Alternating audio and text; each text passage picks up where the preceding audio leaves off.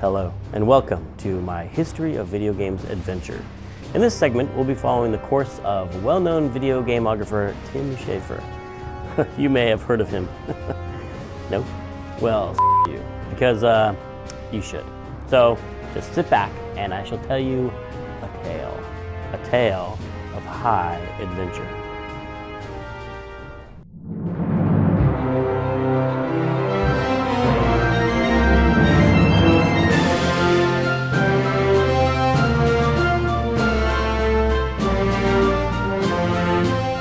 You awake one day, a young man in his sexy prime. You step out of your front door into a brilliant sunny day.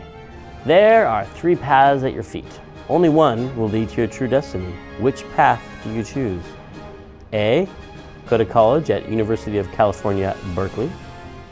B, go to college at University of California, Santa Cruz. Or C, waste about 6 years at a junior college hacking away at your general education units only to get a freshman knocked up at a Jawbreaker concert. Fail. You have strayed from Mr. Schafer's true course. You will teach junior high computer lab until your bodily functions are no longer under your control. Not to say anything bad about junior high computer lab instructors, who are fine people. Come on, it's not rocket science. Let's go. Trick question. The real answer is you should try to go to UC Berkeley, not get in, and go to UC Santa Cruz, and then transfer back after 2 years. I grew up in Sonoma, California, which is a wine country town about an hour north of San Francisco. I was the youngest of 5 kids. My dad is a doctor, my mom was a nurse and then a librarian. But she had been a butcher when she was really young, working in her dad's butcher shop, which is maybe why there's a butcher in Psychonauts, I don't know. But it doesn't look at all like my mother. I was a Cub Scout and a Weeblo, and I started with the Boy Scouts, but I never got a merit badge. Very sad, denied. I went to high school at Sonoma Valley High School. Dragons, go Dragons. And never actually went to a sporting event or a dance, but I was in the computer club. I almost became the president of the computer club, but I was worried that if I was, people would find out I was in the computer club. So I did not take office. Although it was a fine bunch of fellows in there. We had a set of 4 TRS-80s in a portable building out behind the rest of the real classrooms. I wrote a program for our biology teacher that would generate randomized tests for him. I don't know if he ever used it, but it was fun for me to write this test generator. When I was a kid, we started with the Odyssey. My dad brought home an Odyssey, and everyone got really excited about it, and then eventually everyone got bored of it, except for me. I was really obsessed with it. And I was always begging him to get more of those cartridges. Then he was like, no, I think I'm gonna get one of those video computer systems, which was the Atari VCS, which then later became the 2600, or it was called the 2600. It used to be called the VCS. If you're really old, you call it the VCS. And I love that. My favorite game was the adventure cartridge. It was like a graphic adventure. You had a little arrow and you killed ducks with it. Dragons, ducks. And eventually I got a Atari 400 with a little microwave oven keyboard and started trying to make games in BASIC, and an Atari 800. And I still had the Atari 800 when I went to college. So that was my college computer, was this Atari 800. And people would come to my dorm room and play Jawbreaker, which was the Sierra Online clone of Pac-Man, but it was all about brushing your teeth. I didn't know what to major in, but since I already knew how to program a little bit, I thought, well, computer science will be easy because I already know how to program. And yet I still managed to basically flunk out of my first programming class. Barely get out with a CS degree from Berkeley. After college, you deem yourself worthy of an apprenticeship with the local digital Jedi training facility at Lucasfilm Games. What approach doth ye take? A, dazzle the interviewer with your proper use of syntax. B, ask the interviewer, what day is it, and then fall to the floor with explosive diarrhea and vomiting. C, tell the interviewer that you really, really enjoy the pirated version of one of their games, Ball Blaster. Come on. Let's get it on. Come on. Let's go. Fail. Only geeky English major nerds use words like syntax. You are forced to grade 6th grade book reports for the rest of your life.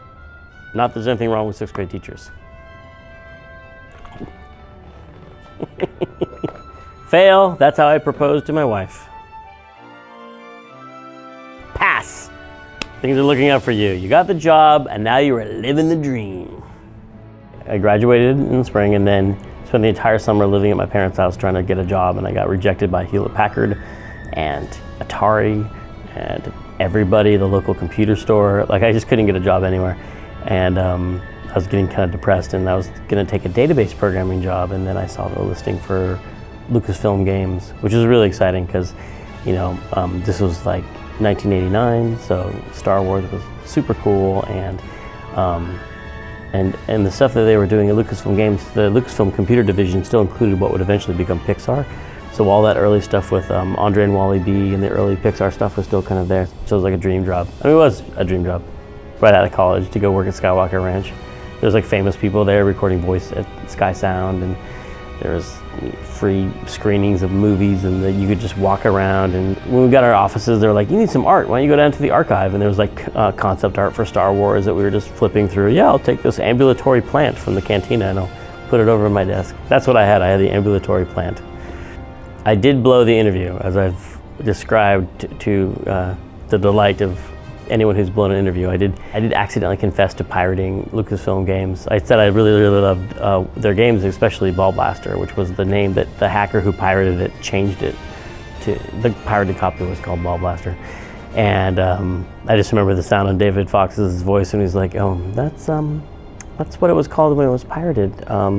And I thought I had lost the job. He said, you can still apply, send in your cover letter, which describes your dream job. And I did a dream job that was like a text adventure. I did like a little text adventure with a couple of graphic pictures that I drew on my Koala tablet on my Atari 800, and I got the job. I have no idea how I got that job. You've successfully proven yourself to David Fox. Now all that you need to worry about is not getting fired. You find yourself transported to Skywalker Ranch. The only tools you have at your disposal is your writing skill, a fresh diploma that you're clutching to your chest, and your witty, extremely witty sense of humor. What might be your first quest for Lord Lucas? A, put your computer science degree to the test and get George a latte. B, become a lowly scumlet. Or C, muck out the Tauntaun Corral. Fail. The brown nosing is appreciated, but you still fail. Pass. You're doing well. Better than I thought you would. But don't get cocky, kid. A most treacherous path still lies ahead. Did you pick up that subtle Star Wars reference? When we started, they didn't have anything for us to do, really. They just knew they wanted gameplay programmers, or scumlets, as we were called. So they had us test. Like the first day I was there, I tested Indiana Jones, the action game, the Last Crusade action game, which was not probably the most famous or beloved Lucas title. It had a lot of bugs, and I just remember I got there and I just jumped out of the world right away, and I reported that bug, and everyone was so mad because they just wanted to shut that build. Now I know what that feels like. They just wanted to shut that build down, and but whenever you get a new tester, they do something no one else did. So I found that bug. I think they still were like, ship it, shh, just go, come on. And then Loom was just finishing up, and so we did some testing on that, and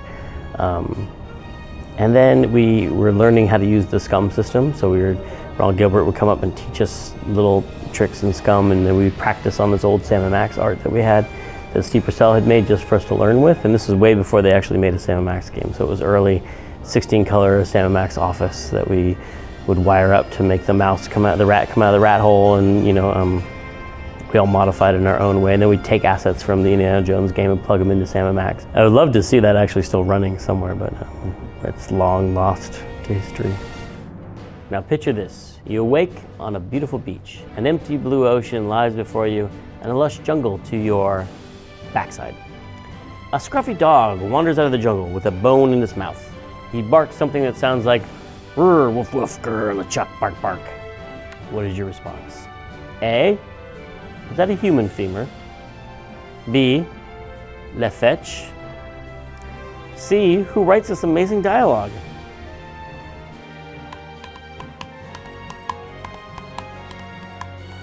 Le fail.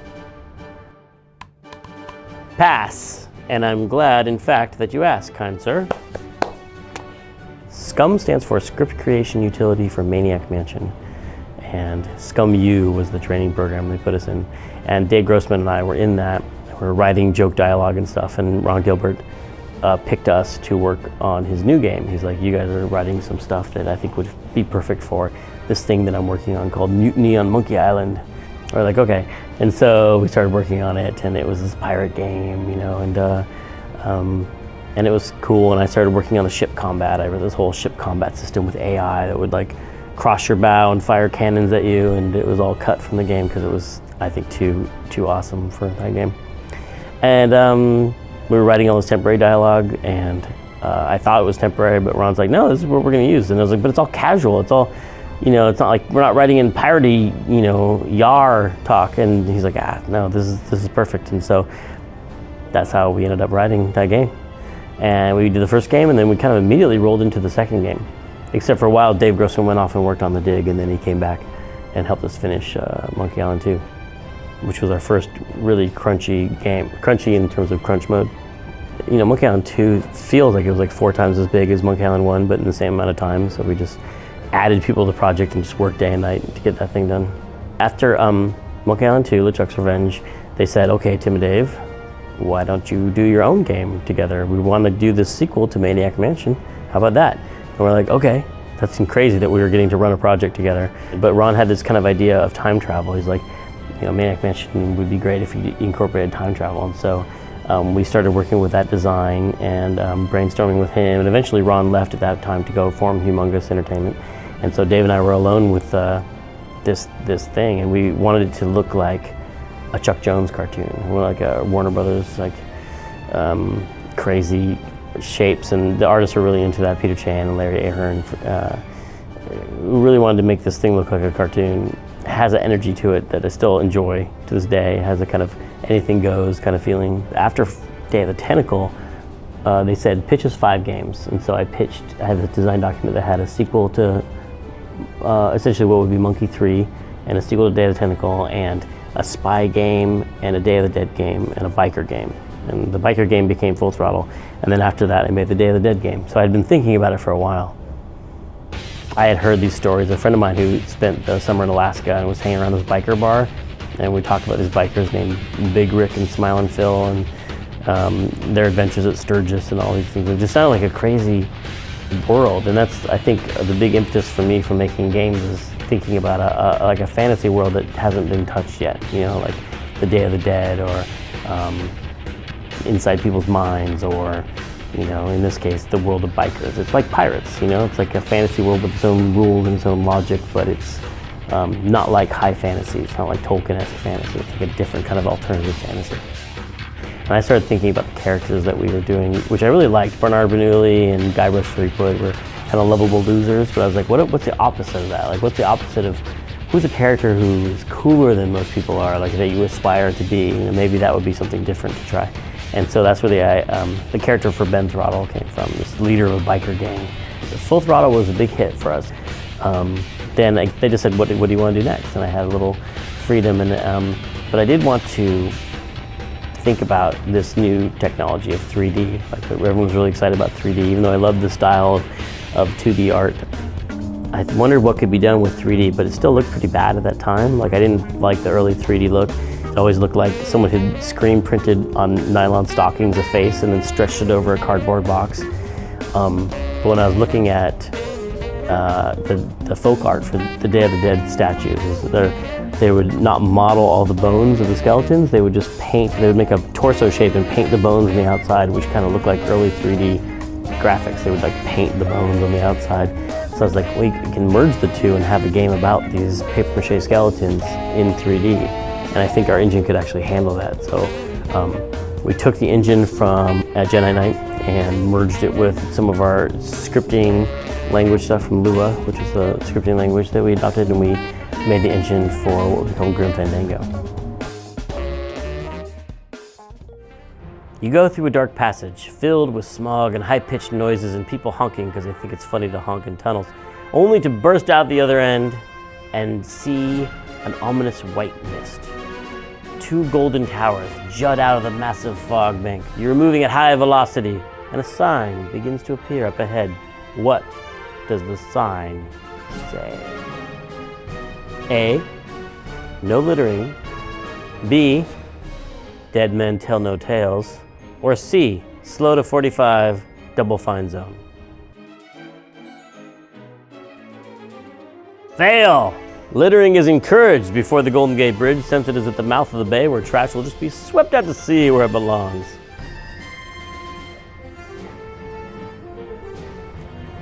Fail, and I hope Disney sues you for your failure.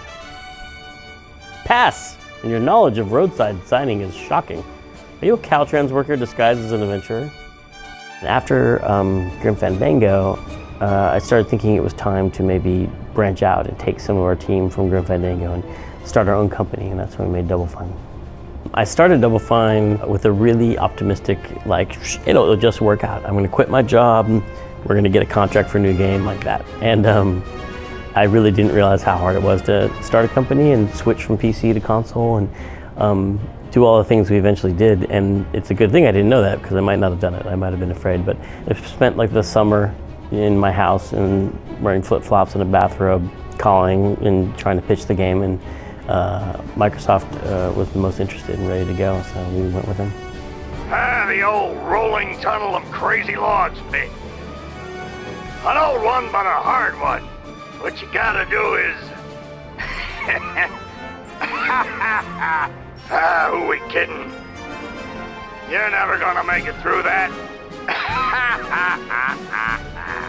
Finishing Psychonauts was hard, because apparently we just didn't want to do it for the first few years, because it took 5 years. It was only supposed to take 2 years at most to finish that game. We ended up throwing out the whole first 2 years of development, basically, and rewriting it, as a lot of games do. We knew that we wanted the game to be good, and we knew we were running out of time, and we couldn't get any more money, so we were just like, we had to stay in the office all the time and work really hard, and the team is so dedicated that they stayed there, and we just crunched and crunched. And it was horrible. I mean, it was really, really hard on all of us, and it's why, to this day, people in the office are still, whenever we interview a new producer, they're like, how do you feel about crunch mode? And how do you avoid it? Double Fine!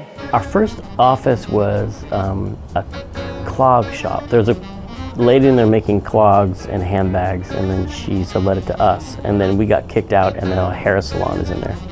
My wife just went and got her haircut there.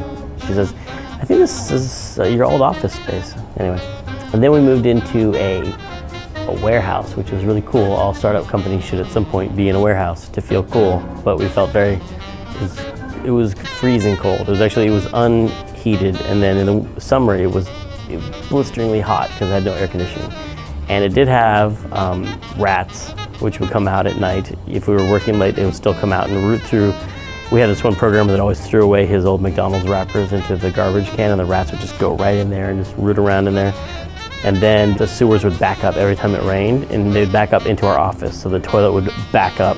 We would have to jump over it to get to the kitchen, so it was like a puddle of misery, and it was really challenging. Imagine being in crunch mode on the game and you're in an unheated warehouse full of rats and human feces. Double Fine. Nicely done, my liege. Your questing skills are matched by no other. Well, almost no other. But your journey is not done yet. You have released the fruits of your labor unto the world, and you've received some critical acclaim. Now it's a question of whether you can move your motley crew forward into destiny. You step out your front door and you see the moon rise on All Hallows Eve. Heavy metal drifts through the Rocktober air. In the distance, you can spot small ghouls going door to door, battling for treats. You can't go out battling without the proper attire. Looking down at the steps, you spy 3 costumes with individual abilities. Which outfit do you choose to lead you to ultimate glory? A, Eddie Riggs. B, Cardboard Robot. C, Charlie Blackmore. D, a World War I trench with giant mechanical legs. Or E, Cookie Monster. Pass! There's no wrong answer. Those are all excellent characters from the excellent games Double Fine has been making since Psychonauts. Some of them downloadable, some of them retail, some of them super heavy metal. All awesome. For a long time we wanted to make more than one game at a time, because making one game every 5 years is kind of draining for everybody. So I wanted to give people like Tasha and Lee Petty and Brad Muir and Nathan Martz, these people who've been rising up in the company, they seem ready for their own game. And that's the kind of opportunity I had was, hey Tim, you know, you just finished Monkey Island 2, do you want to run your own game? And he was like, what do you want to do? And that kind of opportunity is really rare. You don't often get someone just kind of taking a chance on a person like that. So at Double Fine, there's people who I felt like it was good to take a chance on and see what they did. So we had a prototyping period called Amnesia Fortnight, because we forgot what we were working on for 2 weeks, which was Brutal Legend at the time. And we split the company into 4 groups, and each group was led by one of these people, and they all made 2 weeks to make a game. And we ended up with some really fun prototypes for what we're like, hey, these could be downloadable games. These are really kind of cool, fun, simple concepts. And then we did it again, and we had 8 prototypes, and we picked the best 4, and we pitched them, and we signed what would be eventually Costume Quest and Stacking and Trenched and Once Upon a Monster. In the future, it's exciting because now that we're doing multiple projects and have other people leading projects besides me, we can do experiments, like experiments like Once Upon a Monster, which is a licensed property. We've never done that, so we're trying that out and seeing what that's like. And Trenched is like a shooter game. We had never done a shooter game before, so we're get to try these things out. It's a really fun time period because anything's possible.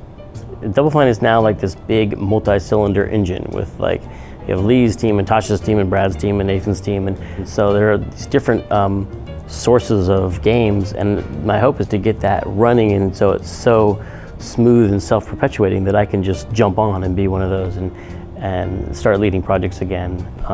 Although I love just being in this position of helping out the projects, I do now that I've had some time, starting to think of game ideas for things as you do, just wouldn't that be a cool game? And those ideas come to me, and it's great to have that time where I can kind of noodle around with those ideas before we have to actually turn them into a game. But I will someday turn them into games. That sounds like a threat. I will.